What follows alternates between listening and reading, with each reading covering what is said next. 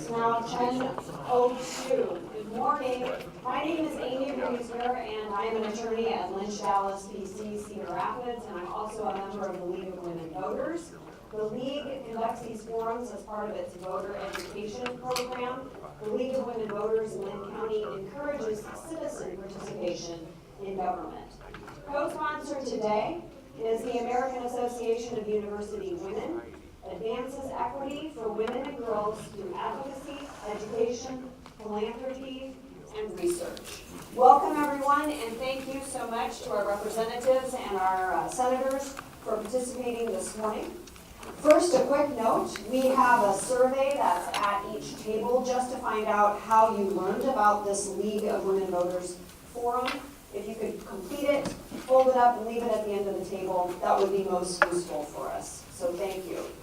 Remember, there are cameras around the room. The forum's being recorded and streamed on behalf of MediaCom, and I'm on by Pro Video, so thank you. And also thank you to Neighborhood Network News, which is also recording. Instructions on how to stream or see the forums are located at the League table. To follow our events, you can also go to your phone or your tablet and find us on Facebook. There's information at the back, well, it used to be at the back of the room, over here, League of Women Voters information, a directory of elected officials, and we also have pamphlets on subject matters that are relevant to the legislators. First and foremost, before we get too far into this, I'd like to remind everyone, like I have, shut your phone off, please. Go on silent, and let's remain quiet and respectful throughout the forum. Of course, you can clap for legislators all you want at the end of the forum, but let's reserve our time for the questions and answers. You are encouraged to submit questions for the legislators on the pieces of paper. They're the yellow slips that look like this. If you complete one, raise your hand and a lead member will come around and collect it. They're going to the screeners, and they're just being screened, obviously, for inappropriate content, but also just so that we can read them, and we try to group them into categories, so we're not screening away topics. Okay? I will read as many questions as time allows. I try to gather the questions by topics depending on how many people are asking the question. So I will try to do that and cover a lot of topics today. We're going until 11:45, but of course we may not get to all of the questions. If you have questions at the end of the forum, the legislators will stick around for about 10-15 minutes and be happy to talk to you privately. So with that, I invite the questions and let's get started. We've got, yep, oh that's right, a minute, thank you. I haven't done this in a while, can you tell? New format for me, opening comments from the legislators, 1.5 minutes, and then we get to questions and they each get 2 minutes, okay. Thank you for the volunteers here. So let's get started and we'll just move down the row. So we'll start with you, Representative Donahue. Oh, and who doesn't have a microphone? We'll get this going. We will. Can you hear me? There we go. We're underway. Good morning, everybody. Great to see everybody here. I am Representative Molly Donahue. I'm a freshman. For those of you who don't know that, it's my first year. It has been an interesting and huge learning experience for me. This last 2 weeks with funnel and then a lot of votes going through, late nights in the State House. We have had some good votes in my eyes, and we've had some pretty sad ones. We will be discussing those, I'm sure, through your questions, so I won't give you that here right now. But I am thankful to be representing you, and I will continue to do so throughout the rest of the session and moving forward. Hi, I'm Senator Liz Mathis. You're in my district. Hiawatha, go Hiawatha. So this is my chance to kind of promote Hiawatha, right? Okay, so everybody who lives here gets this newsletter, spiffy newsletter, and the DOT is going to reschedule. They rescheduled their public hearing for the Tower Terrace interchange out here that we've been working feverishly to try to get on the DOT list, which we did, and we're moving forward on it. And that is on February 28th, and it will be at City Hall. So, March? Oh, excuse me. We're past it, so. We're past it. I thought it was March, all right. But the Tower Terrace corridor, the MPO plan is out, and you can see that on the cedarrapids.org website. Darn. Okay, so let's see if they do have a rescheduled date on there. Nope, they don't have a rescheduled date. And also, Hiawatha Earth Day cleanup is on April 27th. It's on April 27th. So you can go to Hiawatha City Hall's website and find out how you can help Hiawatha and clean up Hiawatha. Thanks. Good morning. Good morning, everyone else. Thank you for being here today. I'm Senator Dan Zumba. I represent Senate District 48, which is everything north of here. So it picks up Palo, wraps around the outside of the Cedar Rapids metro area, picks up Mount Vernon and Lisbon, and then shoots north into Jones County, all of Delaware County, and parts of Buchanan County. Good morning, everyone. State Representative Ashley Hinson. You're also in my district today, so that's very exciting. Just a couple of things to follow up on, things that I've been working on. I had filed a bill on a liability shield for employers who were looking to maybe take a chance on someone with some criminal background, where there would be no cause of action for hiring that person in a civil suit if they did something wrong for the employer. So it gives them a little bit of a chance to take a chance on someone. That, I'm happy to say, made it off the House floor this week, so I'm excited about that. That'll now go over to the Senate for their vote. I had a bill that made it out of the Education Committee that sets a clear standard for reporting problem employees in school districts in terms of, let's say, someone who maybe inappropriately has a relationship with a student or steals from the district or alters grades or something of those natures. Those are the three kind of areas. Sets a strict reporting requirement of within 30 days of taking action. There is currently no reporting requirement, timeline in code. So we thought that was important. That made it out of committee and is eligible for the floor.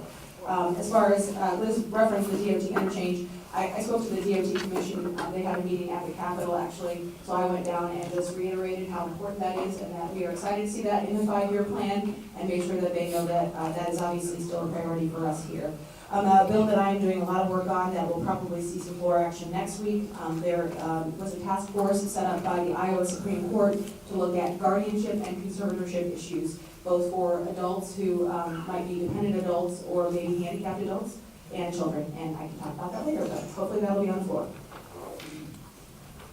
Good morning, I'm Rob Polk, State Senator from Cedar Rapids. Had the long drive out here to Hiawatha. First of all, I want to just start with my deep concern right now for the people who are experiencing flooding in western Iowa. You know, we had 2 towns evacuated, Missouri Valley and Hornick. And once again, it just calls out for the state to do a lot more to safeguard our people and our property from flood damage.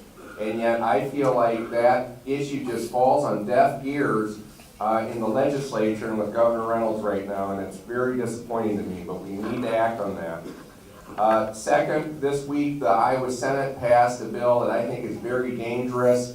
It is the remaking of the judge selection process. We have a system that was set up in our Constitution in 1962. If we're going to change that, we should put it to the voters in a constitutional amendment, not something that nobody campaigned on.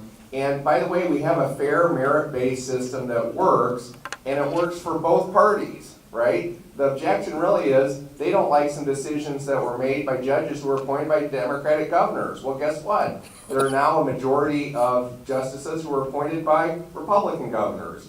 And so it works, it's a fair system. And then finally, we have a big battle that is on the calendar Monday over solar power. Don't let the utilities mislead you about solar costs. Thank you. Hello everyone, thank you for coming. I am State Representative Tracy Ellert. I, like Representative Donahue, am also a freshman and really just soaking everything up and learning. Something exciting that happened this week was I, along with 3 other representatives, did get to meet with the governor and talk about early childhood and some of the child care crisis going on, such as with the child care deserts. She seemed very receptive to what we had to say, and I hope to see her move forward on some of that. Morning. Hello. Oh, hello. Good morning, everyone. Thank you for being here. I really appreciate seeing so many people involved in the process and staying active in what's going on. I appreciate your questions this morning. I am Art Stade, House District 66, and it would be just south of here. Good morning, State Senator Todd Taylor. I'm a little bit late, but I think I got in here at the right spot. And I have a really good excuse. I brought two 17-and-a-half-year-old kids with me today. And I think that we're going to get them registered to vote here before we leave today, because they'll be 18 by the election. I think that is worthy of an applause. And just to say, I know we'll get into the issues, but we're, as was mentioned, we're changing the phase in the legislative session where we do a lot of subcommittees. Now we're doing a bunch of floor work. So some of the floor work that we did this week was, as Senator Hogue talked about in the Senate, the judge selection process. Not sure where that's at in the House, but I think the governor's in favor of it. And I think you need to watch out for the very next thing that they're going to take away is our nonpartisan redistricting process. And they won't campaign on it. So we got to start talking about that, and we got to keep people aware of that, because it isn't broken and they want to change it because it's a power grab. So unfortunately, we're kind of changing that part of the session. Then, and also yesterday, the REC met and gave our projected revenues. So from this point forward, we'll be finishing or developing our budget. And right now, the House, the Senate, and Governor is all one party, and they haven't agreed on the numbers, and they don't include us in those decisions at this stage. And so we'll have to fight about that for the next several weeks. So that'll be interesting. Yeah. Okay, well, thank you all very much for that opening statement. We'll move into the first question. It's actually a question from the State League of Women Voters. It is this: the governor continues to support her proposal for a constitutional amendment to provide a clear pathway to restore the vote to felons who have completed their sentences without full payment of fines, fees, and restitution. We know this is the most successful plan to support reentry and achievable repayment plans. We know that addition of a full repayment requirement would actually make restoration of rights more difficult than it is now. What are you doing to support this proven plan in the governor's proposed constitutional amendment? And whoever would like to start, grab the mic and get on with it. Senator Mathis. I think you'll find a lot of senators and a lot of representatives do support this. Some of us would have liked to see her do an executive order, but I understand her reasoning in saying that perhaps another governor who doesn't believe the same way would reverse that. So this is a vote done by the people after we finish this up. I do agree with her that restitution should not be tied to voting rights. And so for that very reason, I would support this bill. I had a very nice conversation with the governor about this. I think conceptually she's right on the right path, allowing this to come back into play. There's a lot of conversation, difference of opinions on if there should be some level of I don't want to say restitution, but some level of proof that you are willing to be a good citizen again. And that seems to be where the conversation is going. The amendment would be very, very clean, just simply restore your rights. But it is statute, which that means us as legislators could put something in code, say, after 3, 4, 5 years of being a good citizen, then they're back. Or there's all kinds of different factors that come in that to say that you really are willing to be a good citizen again. And nothing is there, but all of us are open to suggestions what we could keep in the code or not put into the code on what qualifications there need to be or not. So that bill already came through the Iowa House Judiciary Committee, and I supported that bill there. So I think it is important that we do restore these rights. I do agree it's part of the pathway to being a successful citizen in the community, and it is a right once you've paid your due there. A couple other things that we're doing to support, I think ultimately the goal is to reduce recidivism and get people back into their communities and good active members of the community. Last year, we actually made, there had been a restriction on driver's licenses for those who had a drug conviction. Automatically, the state was taking those away for 6 months after you got out of jail. Well, I think everybody saw that was counterproductive because you can't get to your job if you can't drive, and how are you gonna, get back on your feet again if you can't get a job? So we fixed that last year, along with that liability shield that I mentioned, which hopefully will get more people into employers. And then another bill that we we were working on it. It was assigned to the labor committee, and I think there are elements of it that are maybe gonna be pieced together and put in a different bill. I'm kind of working on an amendment, but it would take a look at the training programs that are provided to prisoners as far as getting ready to get out and get a licensed occupation. And what we were finding is some people were getting training in prison and then finding they were getting out, and because of the requirements on the outside, they couldn't actually get that license. So we're trying to better match the resources we're providing the prisoners and making sure they get the training that they need and can actually qualify for on the outside as well. So those are a couple of things that we're working on that go, I think, hand in hand with the felon voting initiative proposed by the government. I support restoration of voting rights, and I believe I've not had a chance to really examine it yet. But I think I would support the constitutional amendment. There's some legislation out there that would enact it that I was not nuts about because I thought it created new barriers. Here's the important point that people need to know as they talk about this with the public, which is we're not doing this because we're necessarily pro-felon, right?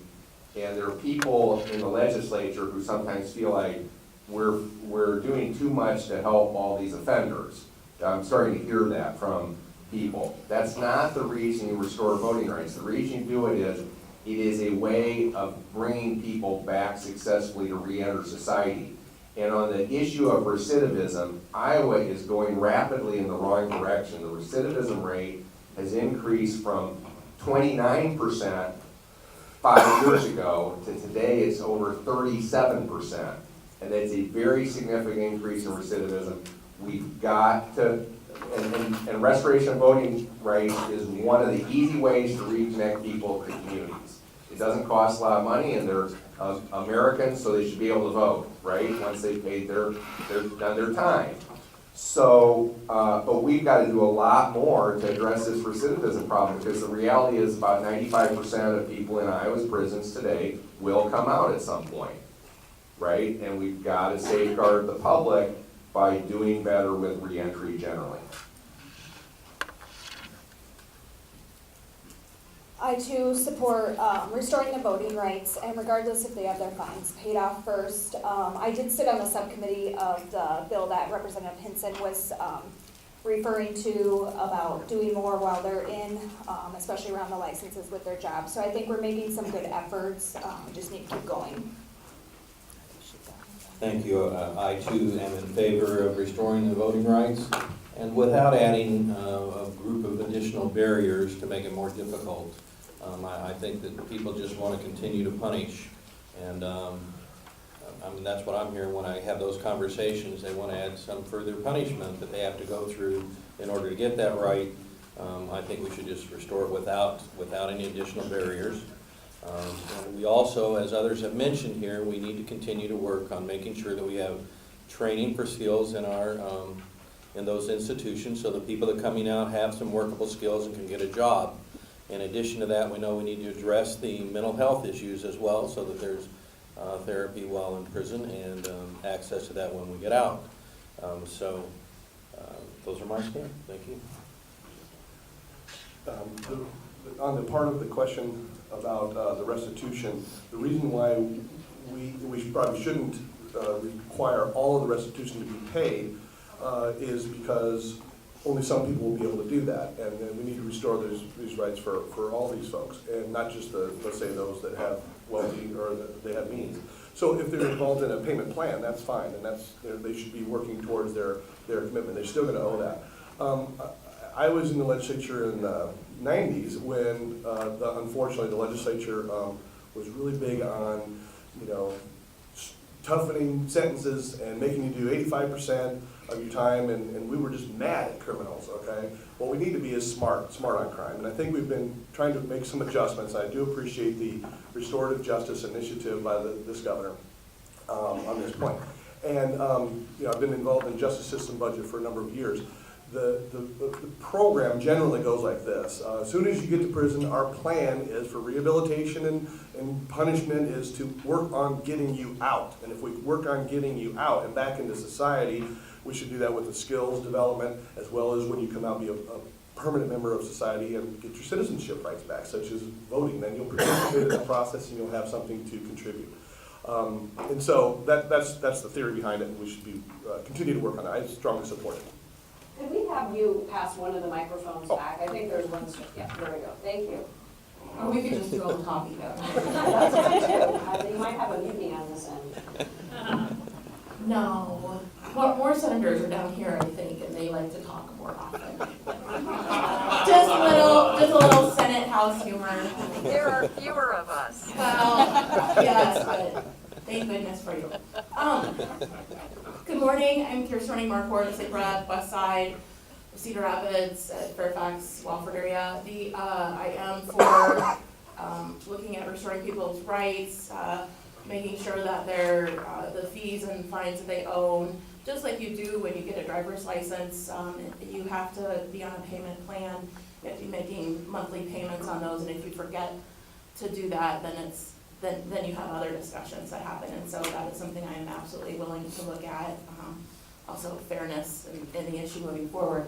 Your right to vote is one of the most important, precious rights that you have, and that is a way that we bring people back into the folds of society, and that they are contributing members, and that's a really important way to make people feel like and understand that they are important to our society, and that we need them to move forward altogether, and all the other things that people said. I do want to say briefly that starting this summer, May, June, we're going to be having a program run at the Newton Prison Facility where we're going to be training people on building homes, and they're going to be very small homes, but we're going to, and I had a chance to go to South Dakota to see how this program worked, and we're working on different fairness issues for workers that are doing this training, but they're going to be having a chance to learn valuable skills that they're going to have for the rest of their life, and also building small homes for communities all across the state of Iowa that desperately need workforce housing as well.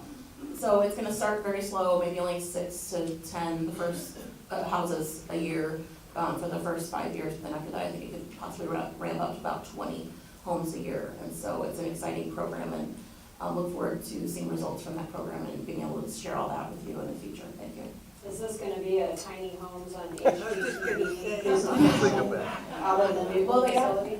they got to be able to fit on the back of the truck and taking down some of our Iowa roads. So. Don't anyone copy my idea.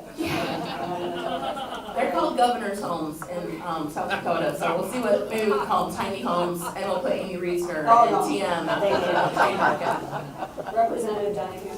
Everybody's covered this area very well, but I just want to reiterate that people are coming out and they're serving their time.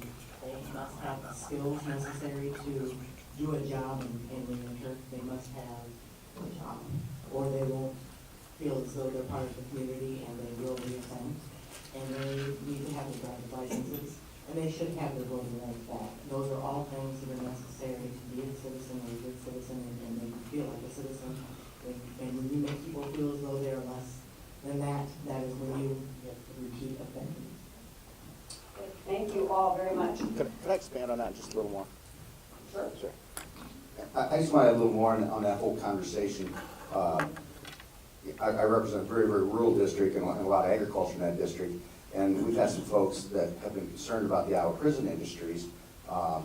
They have quite an extensive livestock farm, and some of the guys are saying, well, Iowa prison industries are competing with the local Publix cattle or the private cattle that are out there, and so they claim that they're competing, with their own tax dollars, with people buying cattle from the prison industries that could be buying their own cattle.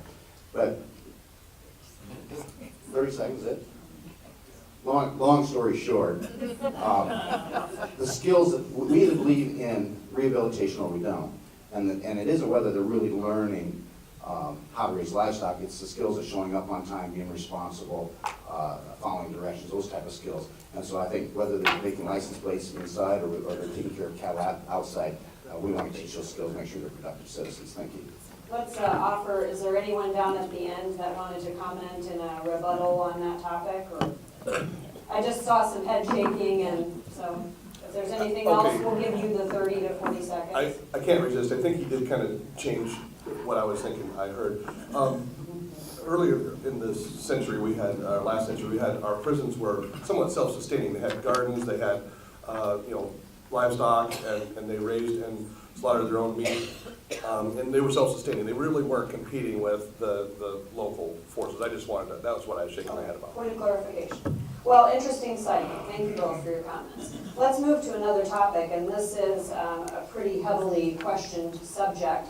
And the subject is abortion. I think what I'd like to do is make a two-part question. I don't think this is too convoluted. Let's give it a go, because the two key questions are, A, how many constituents are contacting you about this constitutional amendment regarding abortion? And B, have you decided how you're going to vote?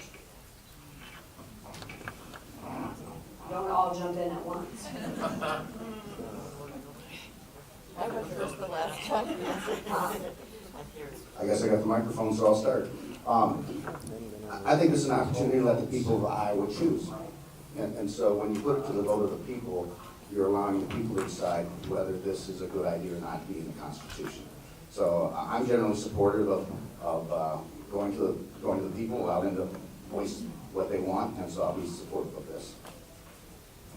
Honestly, I haven't heard from a whole lot of constituents on either side of this issue. I think it's one of those where we haven't had a caucus discussion about it because we've been talking about several of these other constitutional amendments, which I do believe are important to let the people decide. I think, I have a pro-life voting record in the Iowa House, and I've made a clear stance on where I stand on that. I think this is a separate issue in terms of we would be voting on the language to appear on the ballot to let the people decide. And so I would definitely consider that. If it comes before the House, I'm not sure if it's something we're going to bring to the floor or not. I believe that government officials should not be making decisions about reproduction. So I think that would mean I would vote no on the constitutional amendment, although I haven't really thought through it totally, but I think that's the way that means.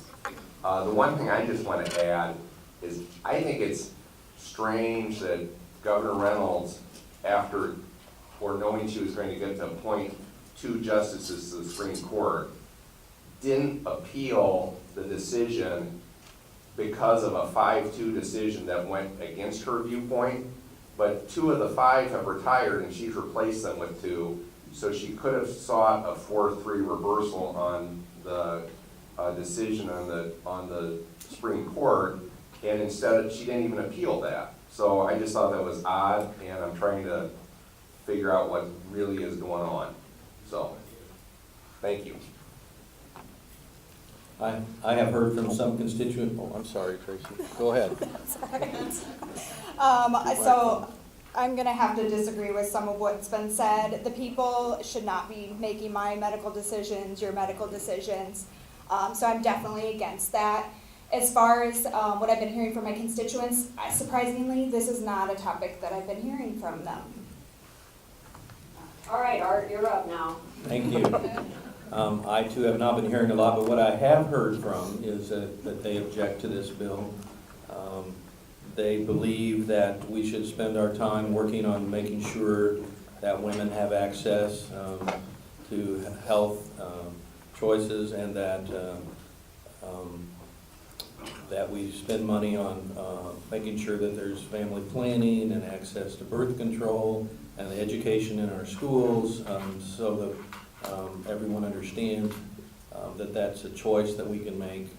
And so that's what I'm hearing. I haven't heard anything else. I would just say, I'm not sure that there isn't a bill, but I'm not familiar with well, if we change the Constitution, it's a resolution. So I'm not familiar with the resolution to put this on the ballot. I wouldn't support it if it were, and probably because of that, that's probably why I'm not getting a lot of constituent contact about it. Good point, thank you. Yeah, I haven't seen also it would be a resolution, and we haven't seen that this year on that. Again, I do not believe, I know it's already been stated, but I am for smaller government. I mean, I don't want government, or some people I work with especially, sitting in the doctor's office with me, talking to my doctor, trying to make decisions or what I can and can't talk to my doctor about. I mean, It's 2019 and we're still having this discussion, it drives me crazy. The one thing that we do agree on is that I do, and I spoke with the governor's staff about this topic, a couple other topics this week. We want to reduce the numbers of abortion. And she did put a proposal out there talking about making it easier access to women and contraceptives. And I am for that, and I believe that not only education, but the availability of reproductive health is very important. And so I hope that that's something that we can move forward on together with the state of Iowa and sort of stop some of these bills that just make us look foolish across the country. Thank you. I have not heard a whole lot via email or phone call on this issue at this point, but I heard a ton of it when I was on the campaign trail. I would sit there because I am a hard no on anybody deciding for a woman what they do with their body. We should not be legislating women's health care. This is a woman's choice, her family's choice. It is their family planning choice. What we do need to do, as some of others have said, is we need to make sure there's education out there. We need to make sure that that continues, because that's what prevents having so many abortions, as long as they have the health care that they need and the education that they need to prevent that from happening. So I am a hard no on this amendment. Yeah, what happens with my body should not be left up to the vote of the people. I like many of you out in the audience, but the conversation that I might have with my doctor or my family or my clergy should be a personal decision that I make, and no one else makes that. We could certainly amend this and add mastectomies to it, and then I think we would probably see this going away. So the first question in this was, how many emails have I received? A steady amount. I think I've received more about the Second Amendment this year and about puppy mills and some other things that are coming up. But I haven't received emails. I did receive a packet yesterday from a woman that she makes it yearly mailing to me with a packet full of pictures of aborted fetuses. So I did receive that yesterday. But again, this should not be a vote of the people. Same picture, been around for 10 years. And actually, yes, why don't we start with you, because I have a bunch of birth control bill questions here, so why don't we talk about that? So the question is, how do we feel about that legislation? And is there any concern that by not requiring women to go to see their doctor, that it's reducing access to health care? So the birth control bill, I just kind of wanted to follow up with what Representative Linn talked about, because I went down and met with the governor's office about it, because I do think ultimately the best way to reduce abortions is to increase access to birth control. The bill would allow Dr. Pedati from the Iowa Department of Public Health to be the overarching prescriber for the birth control. And then the process would be, if I understand it correctly, would be that the woman would fill out a questionnaire, kind of basically, checking off some certain health concerns and health risks, and as a result of that, then the prescription would come through for a specific birth control that would match based on those questions and how they answered them. There would be a liability release to the state, so, in terms of when the person signs, that the state is not on the hook for that. And then there is medical malpractice coverage in place also for Dr. Pedati, because that was a concern for me.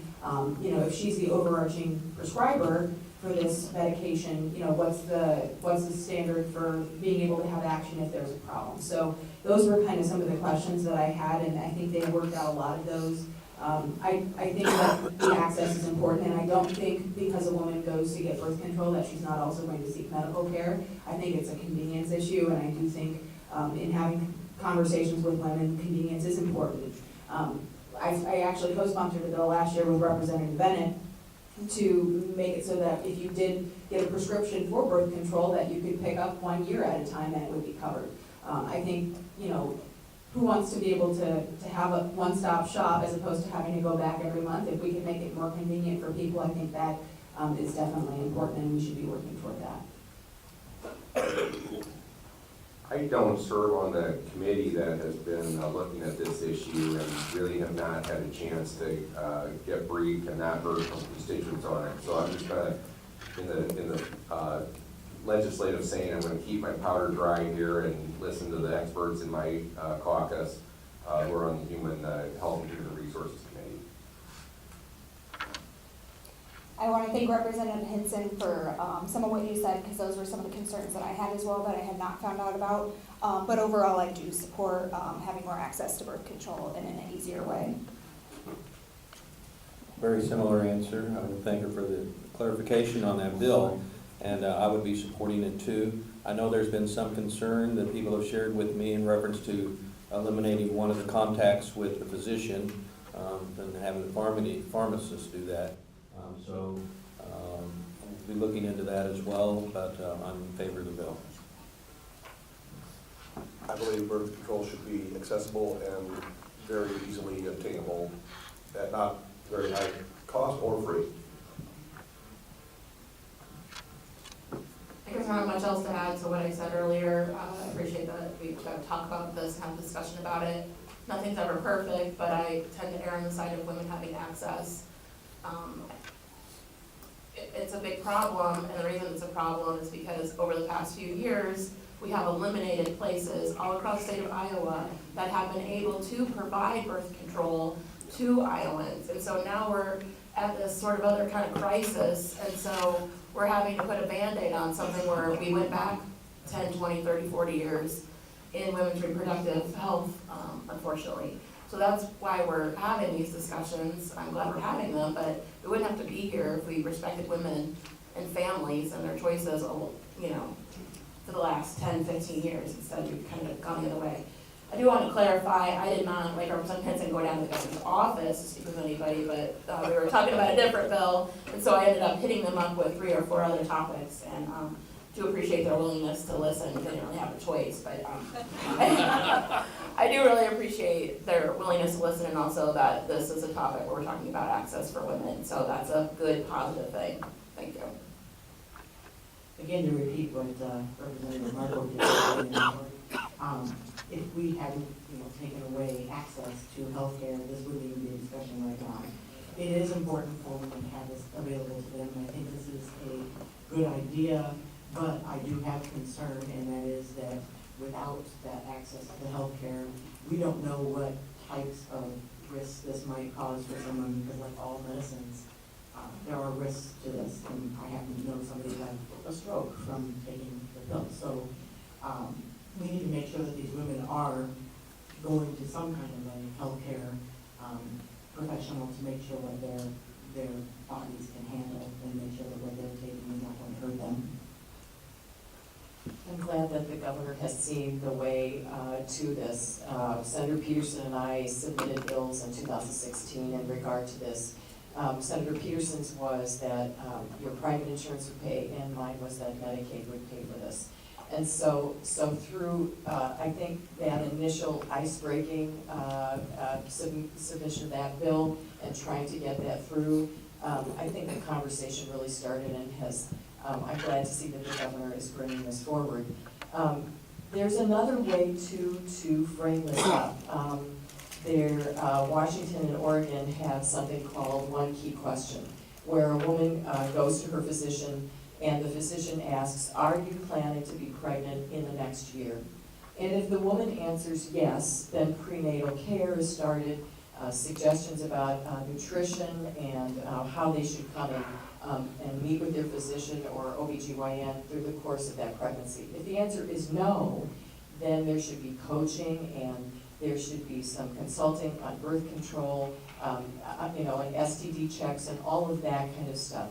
That should be where we are in the discussion and not focused on the abortion issue. We should try to be making sure that pregnancies are healthy, babies are born healthy and happy, and that those who do not want to have children at that time in their lives have the ability to seek and access birth control. One thing nice about this many legislators, by the time you're the last person, virtually everything's been said. So since Senator Hogue got to go first, he has the pleasure of me saying, I agree with you. If I would have got to go first, Senator Hogue, you would have better say, you agree with me. So we're on the same page. Wow, well, we'll work that now. Okay, there is a subpart to this, but I wanted to separate it out because a number of these questions asked if there's going to be a concern about pharmacies and pharmacists having religious objections to giving out the birth control. Are we going to address that issue? Is it going to be a constitutional amendment? Is it going to be legislation? Can you discuss that, please? We have a bill in the Senate that I opposed that would have allowed broadly people to not follow the law if they had a sincerely held religious disagreement. It's sometimes called RFRA, or the so-called Religious Freedom Restoration Act. And that bill has been around. So that's one, I think that's one part of the answer to the question. That bill did not go anywhere last year. I don't believe it's going to go anywhere this year because what somebody comes to and supports this bill because they've got some religious belief that conflicts with some law, right? And so looking at it from their perspective, they'd like to not have to follow the law. But then you turn it around and you have to look at it at every other sincerely held religious belief that exists in a diverse country like the United States of America, and all of a sudden the laws become meaningless because anybody can claim a religious exemption to any law. And Justice Scalia, it's the only time I think I've ever quoted Justice Scalia in the local government committee, but he went through at length in a 1990 opinion about why that's bad. And I don't think we want just broad-based religious exemptions to all our laws. Obviously you don't want to have laws that are targeting religions or trying to, obviously it wouldn't be constitutional to try to coerce somebody to have a religious belief. But this idea that you can just exempt yourself from any law, I have a sincerely held religious belief that I'm supposed to drive 90 miles per hour. Right? That's not going to work. So, thank you. I appreciate the education on that topic. I'll yield my time if anyone has a longer statement. I'm just listening to this one.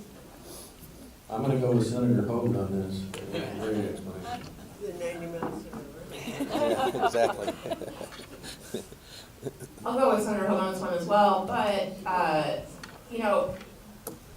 it's so frustrating because this kind of stuff, and then this week we had a bill that supposed to be free speech, but kind of wrapped around some other stuff and basically codified discrimination. Wish we could have got that language taken out. Representative Mary Wolf from Clinton, Iowa tried to get that taken out, but it's just, so, in my house, we have a list, and my husband, poor Coy Marquardt, he's not here today, so I'm gonna pick on him a little bit, but we have a list of things we're gonna do, goals that we have, and then it's sort of like all this other baloney, we're not messing with, because we don't have time for it. And I really think at the State House, we need a little bit more of, the things that people send us to the State House for are not some of the bills that are coming up before us, unfortunately. And so, that we have this whole,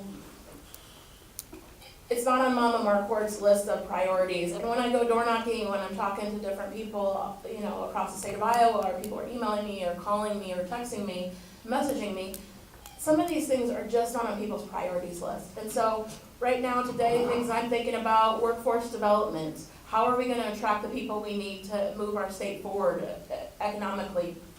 I'm also worried about the floods. We're all watching the numbers, and thank God for the flood center, and that we have those group of professionals in place that are trying to help us and guide us, so we have a little bit more information than we previously had.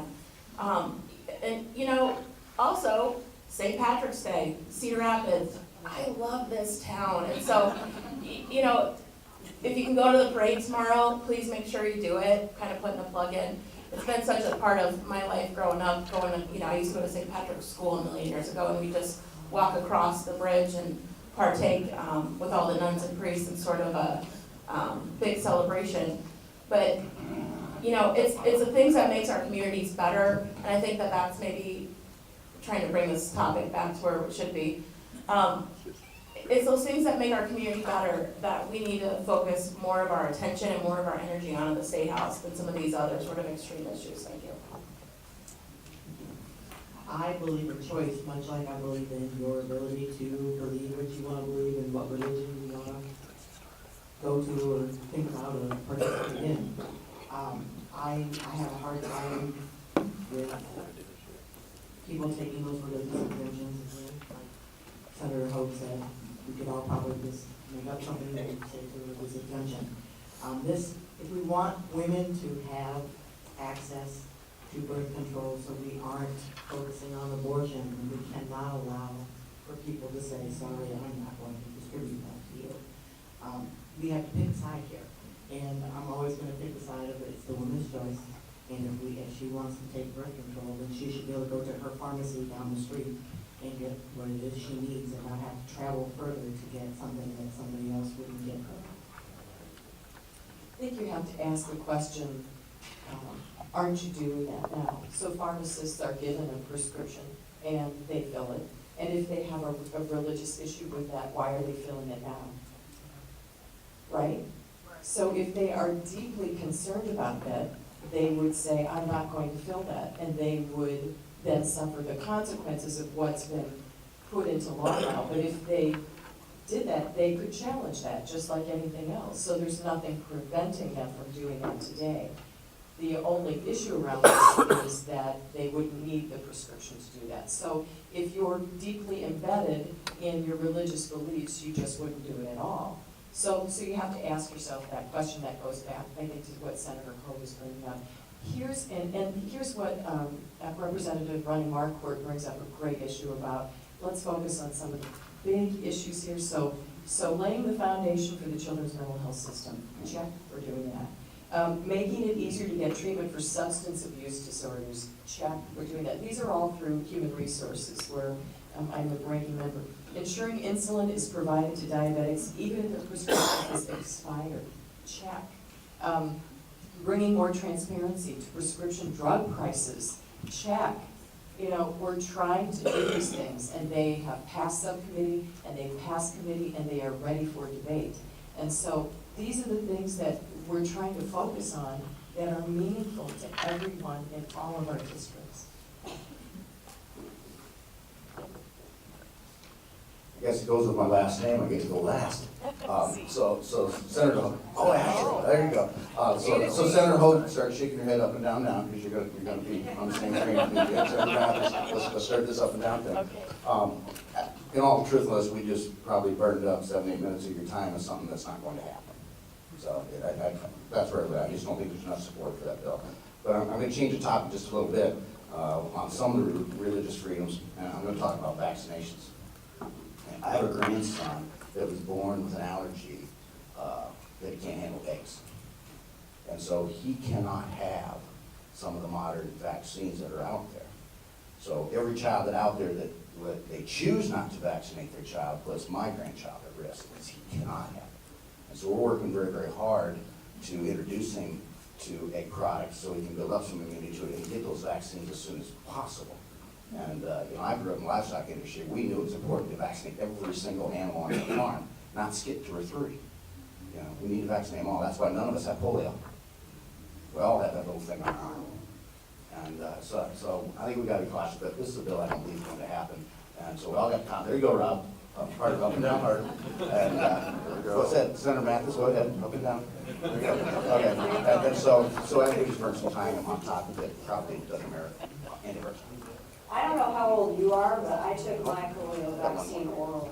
Yeah, it's small. I think. It's small. What about smallpox? All right. Go for it. I just went through because we have, I just wanted to make sure I was clear on that bill specifically. So pharmacists who dispense contraceptives under the bill must complete a standardized training program and continuing education requirements as approved by the Board of Pharmacy in consultation with the Board of Medicine and IDPH. So I'm not sure if that that little caveat in the bill would enable somebody to not enroll in this program, to be taking part in that. So if that's the case, then we would have pharmacists who decide to opt in to do this, and then pharmacists who may, for those reasons, decide not to. So I don't see that as being a barrier to enacting this program. I think that, you know, I go to Walgreens, there's 2 pharmacists there, I could choose to go to a different pharmacy, if that played out that way. I would understand probably some of the larger corporate pharmacies would probably have a standard that they would set as well. And so that's something I think that would have to be a conversation going forward in terms of how this would be implemented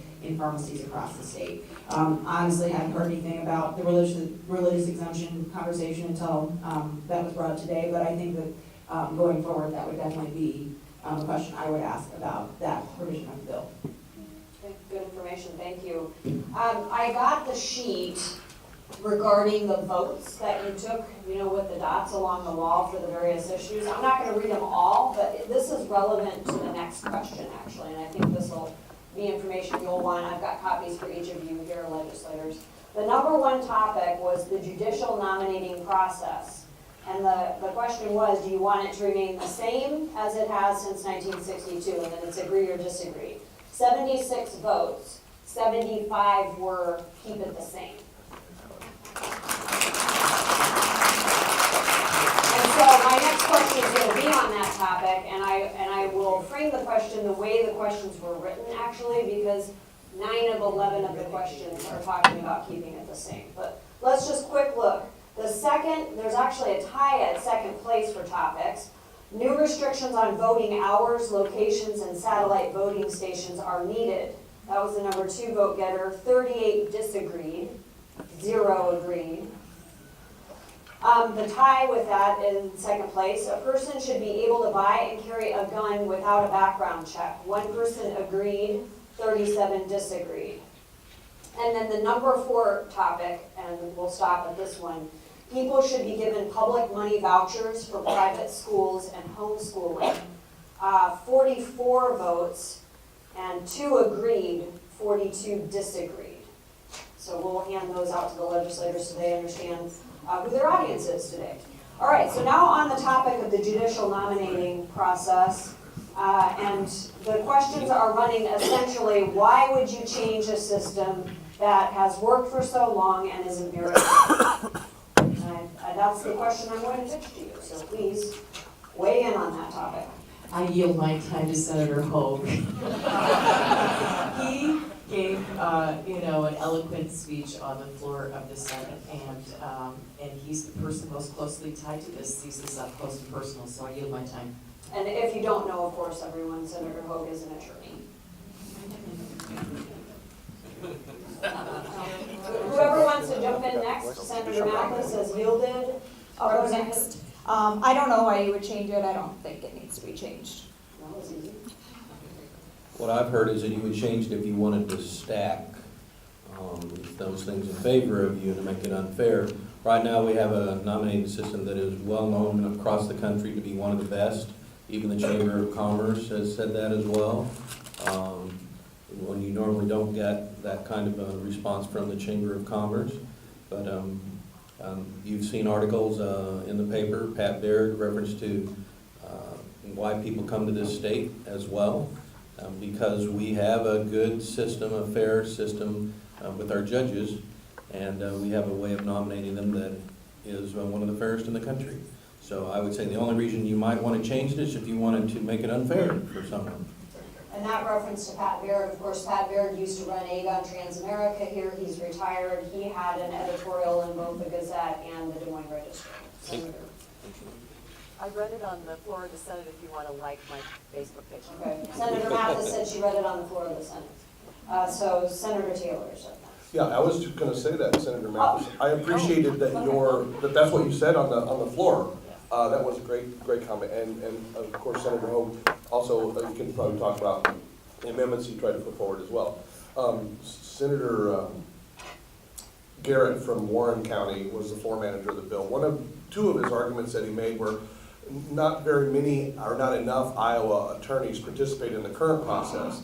And my comment back to him is maybe more Iowa attorneys should, and any Iowa attorney can participate in the process. So the process isn't broken, and Another concept that came up, I think, during the debate this week in the Senate was, if we change this, and we're moving quite a ways down the road to make it happen, it'll never go back to a true fair system. Because basically the pendulum will shift and somebody will get in charge and we'll have to change it back. And the other thing was, he said that there's too many people that are from maybe the larger communities that have an inordinate say in who are the nominees for the bench. But his solution is that the legislative leaders, a political decision-making entity, the House and Senate, Democrats, Republicans, minority, majority leader, they come from all over. So his geographical problem is not fixed by putting the legislative leaders who come from whatever size community, and that varies, in more say in that. And then they wanted to change the undue influence of the chief judge in the process. And there is an amendment that says, okay, we're gonna do all this, but it's only not for the district court, but for the appeals and Supreme Court, we won't do that. So it passed, and as was mentioned, this is Pat Baird, retired president of Aegon. This is his direct quote. "We chose Iowa, as other insurance companies have done, in large part because of its system of keeping politics out of the court." And this is a pendulum shift that will never get back.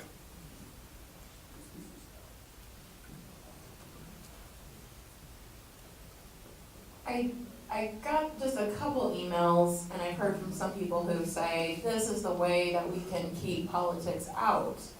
And unfortunately, it's completely opposite from that. We are going to be interjecting politics in an extreme manner by making this change into our judiciary.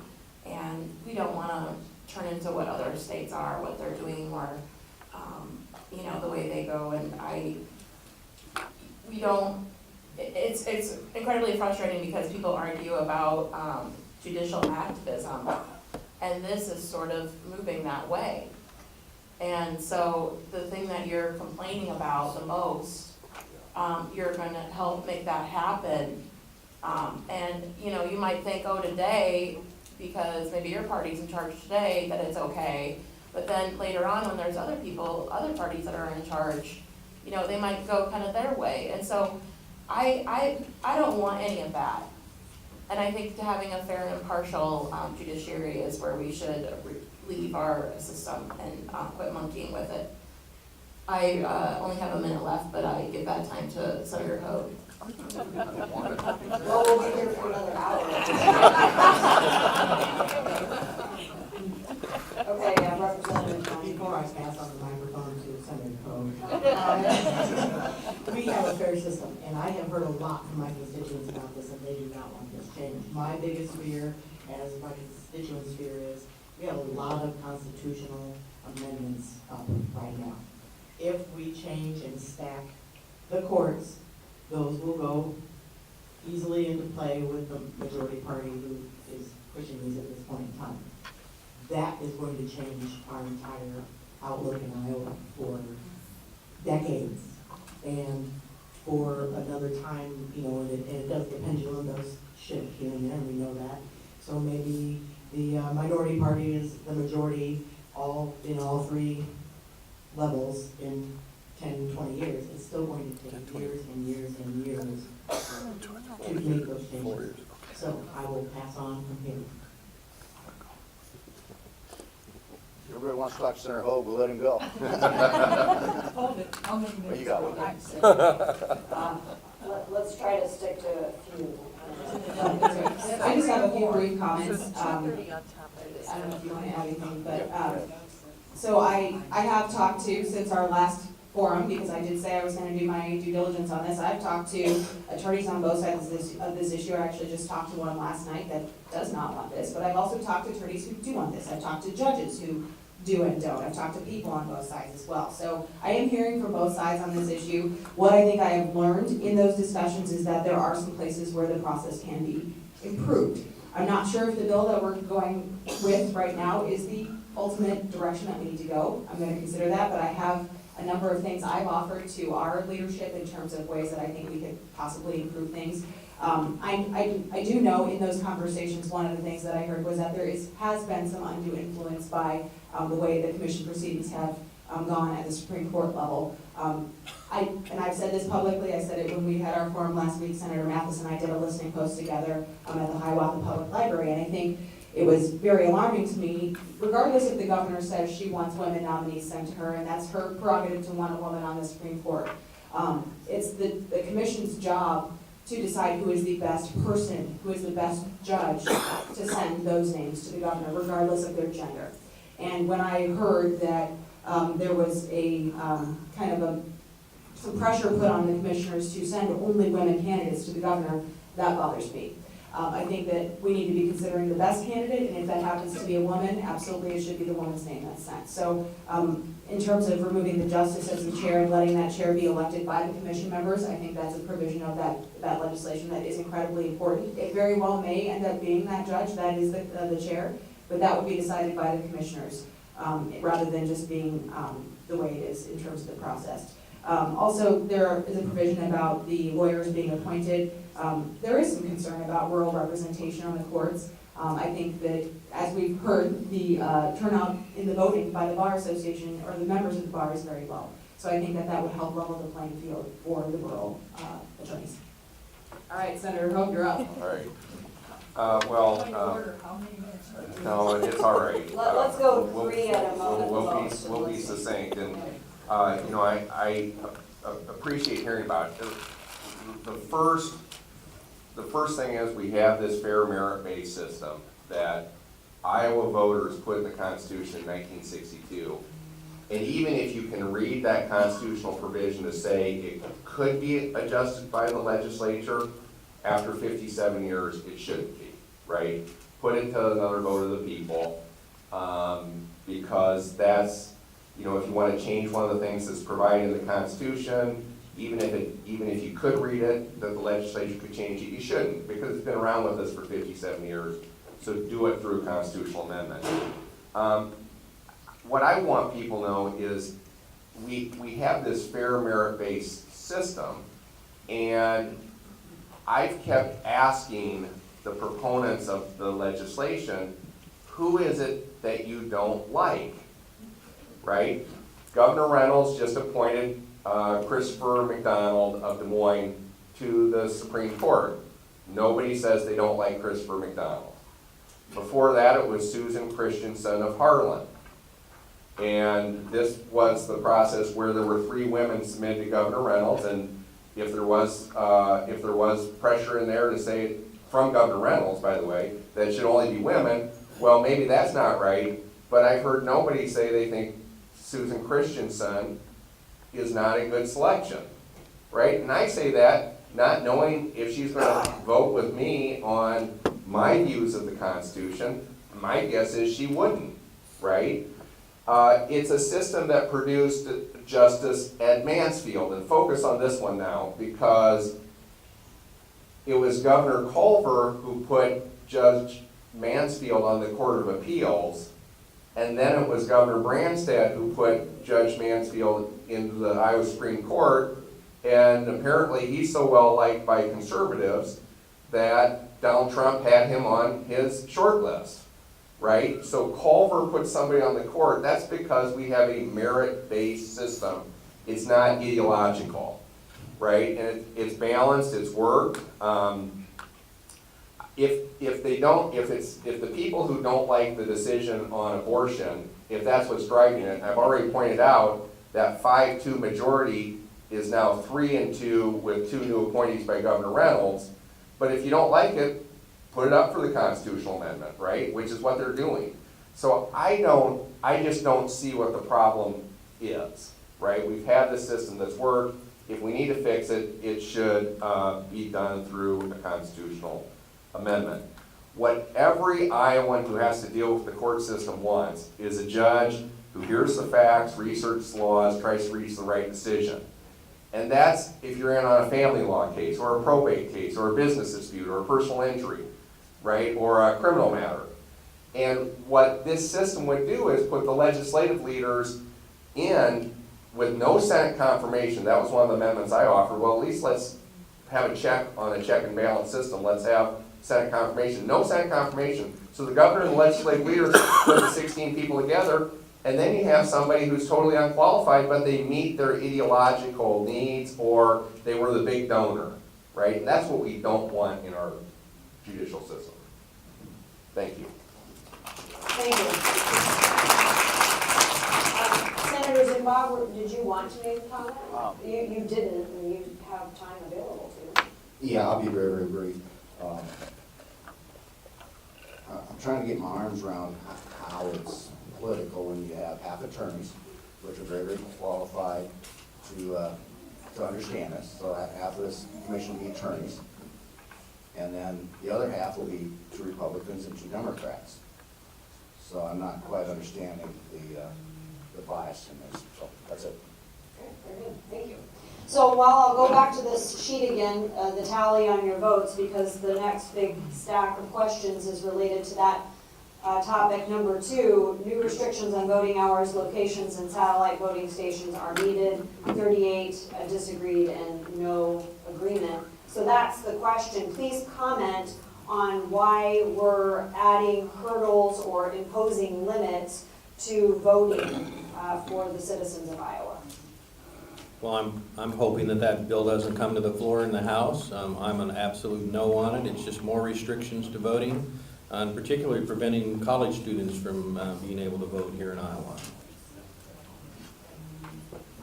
I would just give one, first of all, a concept of my philosophy on this. If we have 99 county auditors and they're Democrats and Republicans, and they tell me that hardly anybody votes between 8 p.m. and 9 p.m., I don't care. I don't want to take 1 hour away from just if one person voted in that hour, clear across the state, it's worth keeping it open. Now, Senator Robbie Smith from Davenport said, well, you know, we've got school boards that end at 8, we've got general elections that end at 9, and we've got this one that starts at noon, and that one that ends at 7. Let's all have a uniform and go at 8. Well, that's taking away an hour in some elections, and so let's make it all uniform, let's all make it all 9 p.m. Oh, well, we got a lot of older people, and it's a long day, and we're paying them hardly minimum wage. That's not important. What's important is access to the voter, count every vote, and make every vote count. The House saw this in House District 55, where they had a bunch of 29 ballots come in, they didn't want to count them. So one of the proposals I know is to let's not look at the barcodes anymore. Well, that's stupid too. That takes away and disenfranchises people in their vote. Another super stupid part of this bill is that it requires county auditors to verify the signatures of absentee ballots. Senator Yoakum, who just lost a daughter, lost a sister, her mother's in hospice, saw her mother's handwriting deteriorate in the last few months. And so guess what? She's an upstanding citizen, and her right to vote is going to be taken away and put into a county auditor making a decision that she should have, her signature doesn't match because her health deteriorated. That is stupid. I'm sorry. And I've got a list, there's a lot more, but that's about enough for now.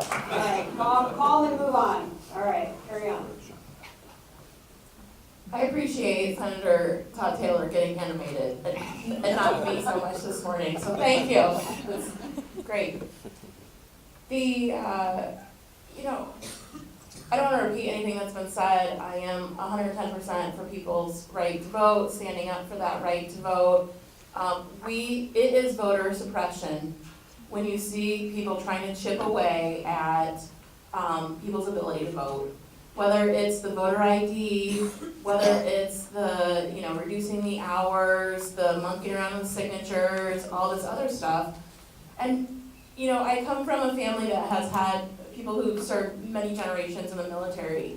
And one of the things that people put their life on the line for was for people's rights to vote.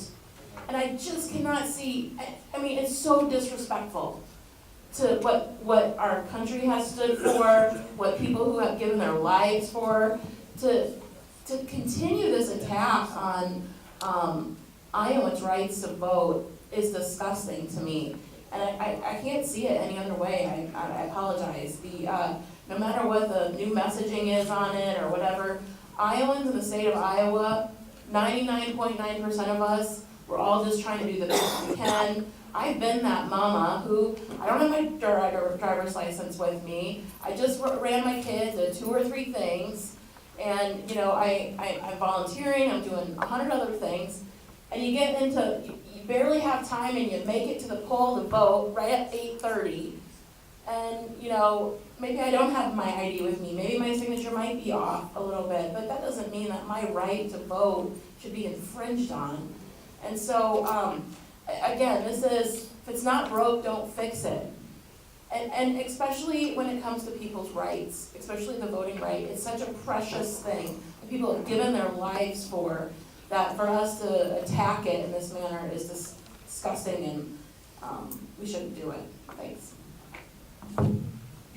We seem to keep getting put before us solutions to problems that don't exist. This is one of those. You know, voter suppression, for whatever reason, is happening. It's hurting the most difficult population we have. Many of them work multiple jobs, and they're running from one job to another, and they don't have a lot of time. They can do the early voting, but there's also a smaller window on that. So if you don't know exactly who you want to vote for right away, you can't get your vote in, or it won't get counted. And you want to know who these candidates are, so you shouldn't have to, if you don't want to, vote so early. Anyway, anything that they do to prevent people from voting, whether it's students, whether it's the low socioeconomic, whether it's the mom has 4 kids and nobody to help her out with 4 kids and has to drive them off of the polls, we need to make sure that we're allowing everybody to have their say. These are rights that are part of our Constitution. I went to Des Moines, as I said, to vote for the people, work for the people, and I want to make sure that we save the people's rights. Voting is a right, not a privilege. Voting is a right, not a privilege. Every county auditor and our Secretary of State should be encouraging voting rather than putting parameters to discourage voting. We should make access open. We should be promoting, rights to around elections. We should be widening the door instead of shutting the door on some of the things that are being proposed here. Robbie Smith also put into his bill that if you were, and I apologize if I'm repeating here, but if you were a college student who didn't plan on living in the state of Iowa in the future, you would not be able to vote. What is that? Okay, so that's closing the door, that's not widening the door. You live here, you should be able to vote here. So Senator Smith has gotten thrown under the bus quite often here, and so I try to pull that off of him. I think demeaning another elected official because you disagree with him is somewhat unacceptable behavior.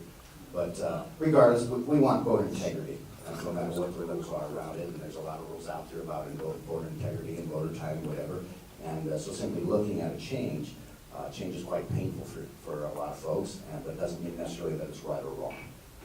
And so taking the opportunity to say what time is appropriate to start and end, we look at these things every year. This is a proposal he's thrown out, and so I'm okay to always look at a change, but it's important that everybody has the opportunity to vote with integrity, and this is a potential change. We don't know where it's going to go from here. We want elected politicians in Oh, Texas. okay, so let We're me, not gonna have shouting yes, this from is the not, audience, that's this what- is our chance to speak. If you'd like to speak with us afterward, we will gladly talk to you. I actually sat on Thursday morning and went through that bill line by line with our Linn County auditor. He was at the Capitol, and he sat with me at my desk, and we went through and talked through those provisions. Because ultimately what it comes down to is our Linn County auditor has to, or our auditors around the state have to actually administer our election laws. So I sat with him and went through section by section all of those different provisions that we've heard discussed here, and he agrees that some of them are not feasible or won't be good. So that will be my feedback to go back to our state government chair once that bill comes over to the Iowa House, and we will likely have a significant amendment to that bill. I agree there are provisions in the bill that are non-starters for me as well. I'm not gonna get into specifics on that today. I'd be happy to talk with you about it because the bill is 58 pages long. And it will likely see significant amendments, so I think it's a moot point for us to discuss what the final project is gonna look like today, because it likely will not be that bill. That said, I know we in the Iowa House passed in a bipartisan fashion off of the Iowa House floor this week and a fix to the intelligent barcode issue from the last election that we had an issue with. There were 3 different counties that had different ways of looking at those intelligent mail barcodes. Everybody agreed that there were some discrepancies there and that we needed to fix them, and that is something that we fixed going forward. So we are taking a look at all of those things, and sometimes change is hard and it can be controversial, but we are looking at ways to make sure that the voting process is smooth and efficient across the state. School board elections do end at 8, regular general elections end at 9. I've heard from people who showed up at 8:05 and they weren't allowed to vote in a school board election. So I do think we need consistency. If that hour needs to be 9, then it needs to be 9. If it needs to be 8, it needs to be 8. But we should be listening to our auditors and making sure that we have a uniform process across the state to provide that consistency to voters. Thank you. I have not had a chance to look at the bill yet. It is very long and went through state government. That's the committee I'm not on. I certainly don't like some of the things I've heard about, and so that's kind of my reaction to it is that, boy, these sound like really bad proposals, because I believe in having more people participate rather than less, and as somebody who spends a lot of time going door to door and realizing how difficult it is for some people to vote. I mean, it's, they're busy with their lives, and it's something that we really need to work on. I am very concerned right now that the state of our democracy is increasingly divided, not just between kind of Republicans and Democrats, but between citizens who are engaged and citizens who are not engaged. And I'm very concerned about the growing non-engagement of citizens. And I think we really need to work as a society on fostering a culture that supports citizen involvement.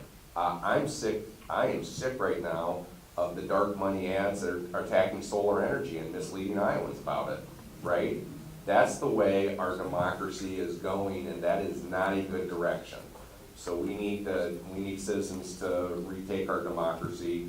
And by the way, if hypothetically they shorten it from 9 to 8 p.m., which I don't favor, and the last time I looked, over 20,000 Iowans voted between 8 and 9 p.m. in the last general election. But if they do it, okay, that just makes it more incumbent for us to get more people to participate in the process with absentee and early voting and voting before 8 p.m. Well, being last, there's not too much more for me to say. I agree, these proposals are more examples of voter suppression, and that's not okay. That's not in the best interest of our voters. Next question is also from our vote sheet, and it was related to public money vouchers for private schools and homeschooling. So the question is, will you vote for the voucher bill, and why would you vote to take taxpayer money away from public schools? And maybe we ought to start somewhere down here in the middle a little bit and get some folks started first. We've been starting at ends. Maybe actually. Amy, we've been trying to have a different person start each way. Oh, okay. Well, if you've got a message you Yes. had. The system. Well, okay. Yeah, I don't think we should have public monies to pay for private school vouchers, plain and simple. And then now that I have the mic, I'd like to clarify. I hope nobody heard me say I was disparaging Senator Smith. I was disparaging this bill. I respect Senator Smith. He and I had dinner the other night. I'm trying to get acquainted with him, get know him better. I definitely do not like the election bill, but I do respect him. So I hope that didn't come across any differently. And then is kind of part of another question that we had about how many contacts have you had on contacts on public vouchers. Public monies for vouchers, the name changes a couple every other year. It's a education savings account, vouchers, it's retirement, or other methods of savings for education. But it kind of comes down to the same thing. It's public dollars going for private schools, and that I'm opposed to, kind of in whatever form or whatever title that they use. I went to both private and public schools throughout my education. And, you know, currently in the state of Iowa, we do get tens of millions of dollars to private schools through different ways, different forms, resources, assistance. And we also tax credits and breaks, that sort of thing as well. I am not for the voucher bill. I won't be voting for the voucher bill. I sincerely believe that public funding should go to public schools. And I will remain strong in that. I don't think we're gonna talk about it today because it wasn't some of the top issues, so I'm just gonna take a minute for this, but another issue that I am incredibly frustrated with is the Alliant, who they are proposing to raise in the next 2 years up to 25% rates on Cedar Rapidians, or, you know, much bigger than that, but those are the people that I'm near and dear to my heart when I'm here. And there's a protest today outside Alliant. And then there's also the IUB, which is the Iowa Utilities Board. And I think that we need to find a way to give more power or more teeth to the Iowa Utilities Board, so that when people do come to there's gonna be a public hearing, and I'll try to get that information out soon, and maybe I can look it up real quick, and if I get a chance to talk again on the microphone, but there's a public hearing where people in the public can add their input into Alliant's proposal of raising the utilities by 25%. And why I bring this up is because this is an issue that not only am I hearing from people, but this really impacts people's budgets. This impacts, you know, extra spending money that they have, or even if they can afford food that month. That's where we're at with a lot of people here in our own community. And so, I'm sorry to interject this, it wasn't really the topic that we're talking about today, but I hope that people are talking not only to legislators about this issue, participating as well in the public forum that's coming up, and then also voicing your concern about raising it so much, and then kind of lying about why solar is attached to it and why we're paying for it. That's not true. And so we need to make sure that people are being heard on this issue as well. And so thank you for indulging me with a topic that was a big question.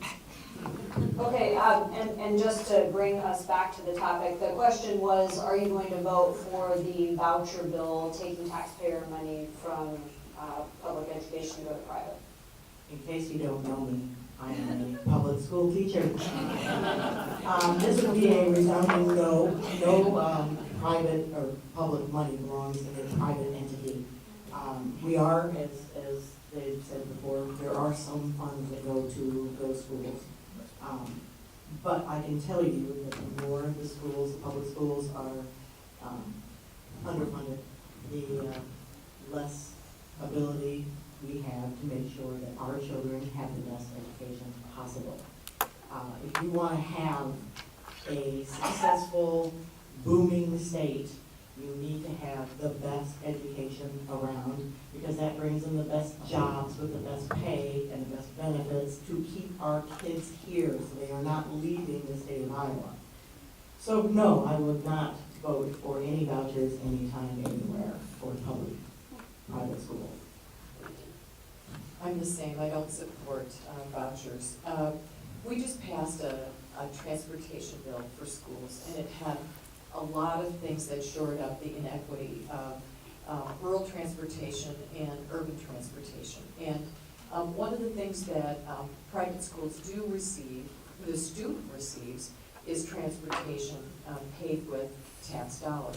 And it's probably more than 35 million at this point, that some of that money goes to transportation and technology in private schools, and also in food costs and nutritional benefits. And so in a way, your tax dollars are already going to private schools in other ways. But I don't support the voucher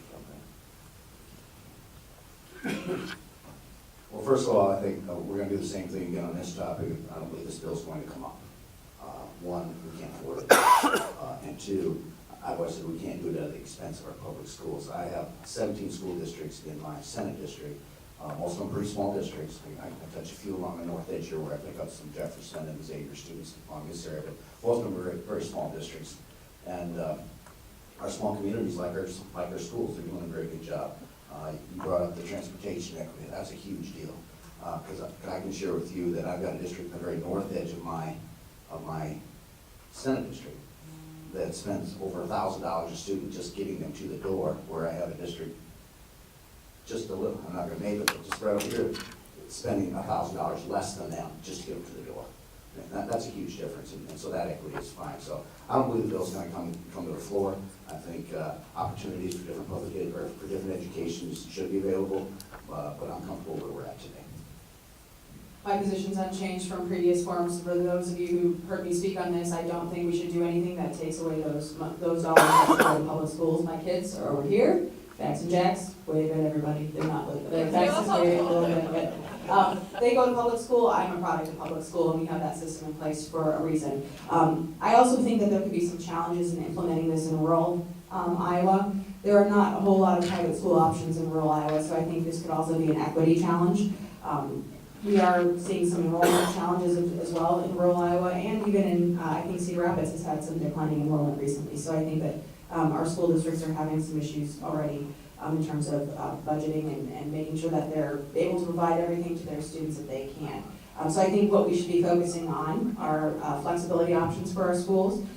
We have homeschool assistance programs. We had a homeschool day on the Capitol this week. I had a constituent actually from right here in Hiawatha come. One of their children is in public school and one of them is in homeschool, and I think that's an absolutely important option that we should be providing some resources to those families. We also are working on some initiatives for Iowa Learning Online so that more kids can learn online if it works better for them, and some programs are accessible there. And then I do think we need to be supporting the initiatives by our school districts to establish charter schools as it works for them within their district. We are seeing that happen in Cedar Rapids already. They've done a great job with some of the career-oriented academies that they've had here in the county. So I think Kenwood Academy and the Johnson School for the Arts, those are kind of magnet charter type schools that are happening in the school district level already. So I think we need to be supportive of that kind of flexibility at the local level. I do not support vouchers, and the only thing I think I will add is I think it's really important for people to remember that we can respect and appreciate what our non-public schools do. But one of the worst things we could actually do for non-public schools is start tying them to a bunch of public money. Because what happens 5 years from now when the public money, so, you know, there's a change in leadership, people say, no, you know, you became dependent on that money and now it's gone, right? So, you know, we had a great class from Xavier down at the Capitol this week, and we all got a chance to talk to those kids, and I think we should respect and appreciate what our non-public schools do, but I think one of the worst things we could do for them is make them dependent on public funds. I too also teach in the public school district, and I think about the time that I spent yesterday. I'm usually teaching when I'm back in the district on Fridays, and I walk into the school and there's buckets sitting all over because there's water coming through the ceiling. I got an email from my son's school this week that their band has standing water and it's ruined the instruments. That's because they don't have enough money to fully fix these problems. We're putting Band-Aids on them. So why do we want to take money away from the public schools when they're already not receiving enough? So I'm a definite no on vouchers. Thank you. I too am a no on vouchers, and we spent the first part of the legislative session here trying to find every single penny that we could to take care of our public schools, and what we did was not even adequate to keep up with inflation. So where does this $200+ million come from our funds? If we don't have it for the public schools, how can we have this for what they refer to as a choice? Now, when they go into this choice, the organizations that I've heard from, the first thing they do is try to criticize our public schools, that they're failing our students, and on and on and on about how bad our public schools are, so that we need this choice. So I'm not in favor of that whatsoever. I think that's, first of all, is the big lie. We have great schools and we need to fund them adequately. The second thing is, this is public taxpayer money. going to privatization of schools. And I think that's absolutely fundamentally wrong. Taxpayers, we pool our funds together to help one another to make sure that we provide a public education for all students, not just our own. And that's what part of a democracy is. So I wanted to give an example that somebody gave to me about a park. Let's say we figure out how much money is spent on our parks. How that would be per person, per capita. Let's say it's $5,000 a person that we spend on parks and recreation in our city. But we're not happy with that. So we want to get the money, $5,000 for each of us to be able to spend at the country club because that's better. So it's very similar analogy to what we're talking about. So I'm a no on vouchers. All right, I think we're back around. Thank you. Last question. Probably to fit in, we need you to keep it as close to maybe a minute as possible, if you can. And the question's on mental health. And the main concern that I'm seeing in the questions on mental health is how are we going to fund mental health going forward, and a concern about a House Bill 246 proposing to take valuable federal grant dollars away from community mental health centers. So can folks talk about that topic, please? I'll try to go real quick. I'm the House Democrat on the bill that you just referenced. It's called the Federal Block Grant Bill. And that is the money, all of the money that comes from the federal government to the state agencies to be dispersed. And there's a section in there where it takes the money, 70% of the money that goes to the community mental health centers and moves that over to the regions. And the regions can or cannot contract them back with the community mental health centers if they so choose to, or whatever. This was a bill that I spoke with the governor's staff about. This was something that was tried 2 years ago.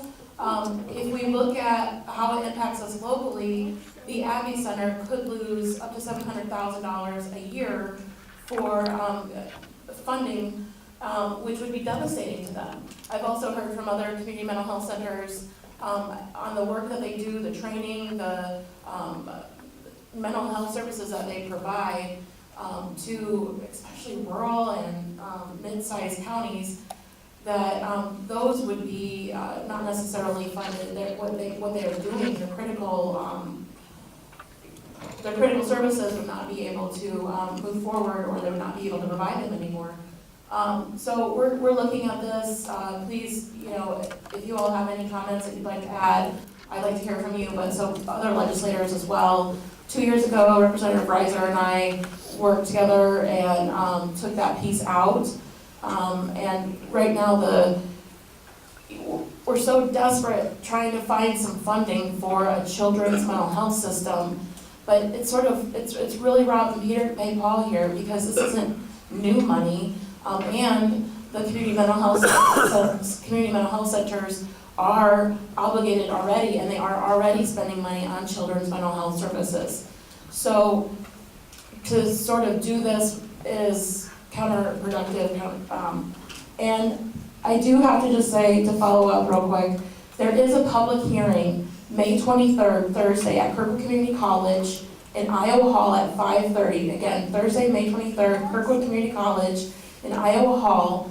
And it is going to be on people's ability. This is where you can bring public comment to the Iowa Utilities Board, the IUB, on Alliance proposed 25% utility increase rate. Thank you very much. Okay. I yield. Well, are we moving? Well, I don't need to. Oh, okay. Well, we can't go backwards now. All right. Just go ahead, Representative Johnson. This is a huge topic. When I was knocking doors, the number one issue was healthcare, specifically mental health care. We cannot shuffle and funnel money from one place and take away from one group to give to another group. We need to make sure that it is fully funded, and in our schools, to make sure that we are getting everybody who is in need of these services, and particularly starting with our youngsters, because if we take care of our kids first, our problems when they're grown will not be nearly as bad. We can get them under control, get it taken care of, or at least situated so they have the system that they need to be successful. And we have to do this for our people, and we cannot shuffle from one area to another. This is a really complicated issue, so I'm gonna dive right in here. The children's mental health system, there was no system before this bill came about this year. And so the number one thing that we're addressing is more local governance, so that the state isn't telling you how to run a mental health system in your area, so that it shifts the governance to the regional decision.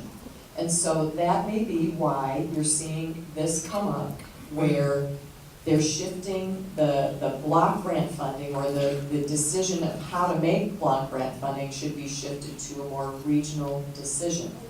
I do not agree with what they're doing, and Kirsten is on that subcommittee at 11 o'clock on Monday morning. I don't agree with how they're doing this, though, because the other funding that comes with it, we call it braided funding. So a lot of people are using Medicaid dollars, and a lot of people are using property tax dollars in regards to a mental health levy. What I think we should really do is increase the mental health levy, the abilities for the regions to do that. If you're going to talk local access, make it local. And I think that we should also take a look at maybe a 1-cent sales tax, where we're funding we're funding some mental health, and we're funding some property tax relief. Several things Senator Mathis hit on, I'm on the same page. One of the biggest gaping holes we have is children's mental health, and we have students in our schools where real challenges, which create challenges for everyone else too. Disruption in rooms, quite a few teachers not trained in that arena, and so there's a gaping hole there, and our schools are still forced to take those students on a daily basis regardless. So I think the governor's on the right page with her children's mental health initiative to get something started there. I agree with Senator Mathis. I think there's, especially in our rural counties where there's less resources, the regional system has helped them come up with resources when we tied with some of our urban counties, and our urban counties were grateful because they had financial resources. So urban places had the physical resources, rural counties had the financial resources. They could blend some of that together. So I think we're on a road to continual improvement, always open to where we can have more improvement, but I think getting on the right path on children's mental health is important. I'll just add to what everybody else has said here tomorrow, that the House Bill 246 is actually a public hearing tomorrow at 11 a.m. So all of the members of the Appropriations Committee, which I also serve on, we are having that public hearing tomorrow at 11 a.m. Monday. Oh, that's right, tomorrow's Sunday, right? Okay, so Monday, sorry. Thank you. Get my days mixed up there. But yeah, Monday morning at 11 a.m. is the public hearing on that. In addition to this, I think as we're talking about mental health and adequate providers for mental health, one of the things that we're doing is we are trying to incent by putting some dollars behind residency programs at the University of Iowa, specific for psychiatric or psychologists. And then there's going to be an emphasis on Iowa Connection as well. We want these people to come here and get their training and also stay here. So as we're having all of these other discussions about the system and how it should look, we also need to be considering the fact that we need to have providers to go into that system. I've had some discussions as well with the AEAs. They are actually looking at some unique models and some pilot programs to try to get mental health care providers right into the schools. And I'm out of time, but I think that's something we're working on as well.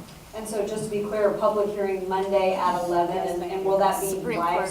streamed? I'm sure. Supreme Court chamber. Supreme Court chamber, It's HSB 246. HSB 246 for further information. Okay. Senator. We really need to do a lot more for mental health services generally, kids included. My impression is the state, we've done a few things that are a little bit helpful, but we've also taken some major steps back with the closure of the 2 mental health institutes and not putting the resources in. And I will just tell you, I mean, every single story that you hear just calls out for more action. If any of you have had a chance to hear Joan Becker speak about her son Mark, and you know, they just didn't get the help they needed early enough, and he ends up killing Coach Thomas, right? And that's not to say that everybody who has a mental health condition is violent. In fact, it's just the opposite. You're more likely to be the victim of violence. but we've got to address this issue in a much more significant way than we're doing. I full-heartedly support a children's mental health system, but not at the expense of taking funds away from our current mental health. I'm not sure what the solution is, but we need to keep looking at that so that both are funded properly. Thank you. I just wanted to mention too that this change was in the governor's budget, her recommendations. And I find a problem with that because she's talked about this mental health and children's mental health system, about improving it and making things work. But she needs to take a stronger leadership role. We need sustainable funding, not a shift of funding from one place to another. Sustainable funding, not only for our adult mental health system, which was the issue over the past few years, but our children's mental health system as well. And that's going to need some robust, sustainable funding. I know what's mentioned here was one of those possibilities is the IWIL bill, the Natural Resources and Outdoor Trust Fund, that voters had approved 10 years ago. We haven't initiated that tax, but even Louis Zumbaugh, who's not here today, I'll speak for him, he's has said too that he would support the IWIL, the 3/8 cent tax, with additional money in there, maybe the rest of a 1 cent sales tax, in order to long-term fund our mental health systems, both adult and the children's system. So at least that's one way.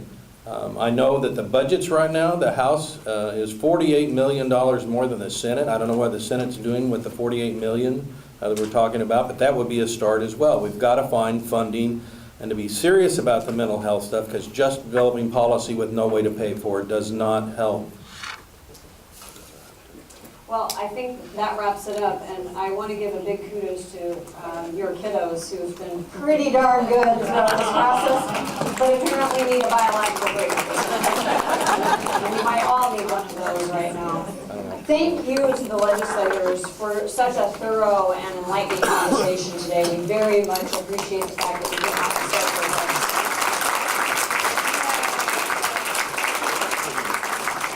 Remember that the forum was recorded and streamed on behalf of MediaCom and I'm On by Pro Video and recorded by Neighborhood Network News. We appreciate that.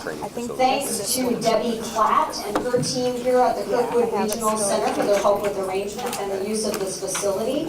If you did not get your questions answered, and there were some that we didn't reach on guns, climate change, conservation, and open government, come on up, and I know the legislators will be here for a few minutes to answer some questions. And of course, you can always contact them. Their contact information is on the informational tables that we have, so you can email them as well.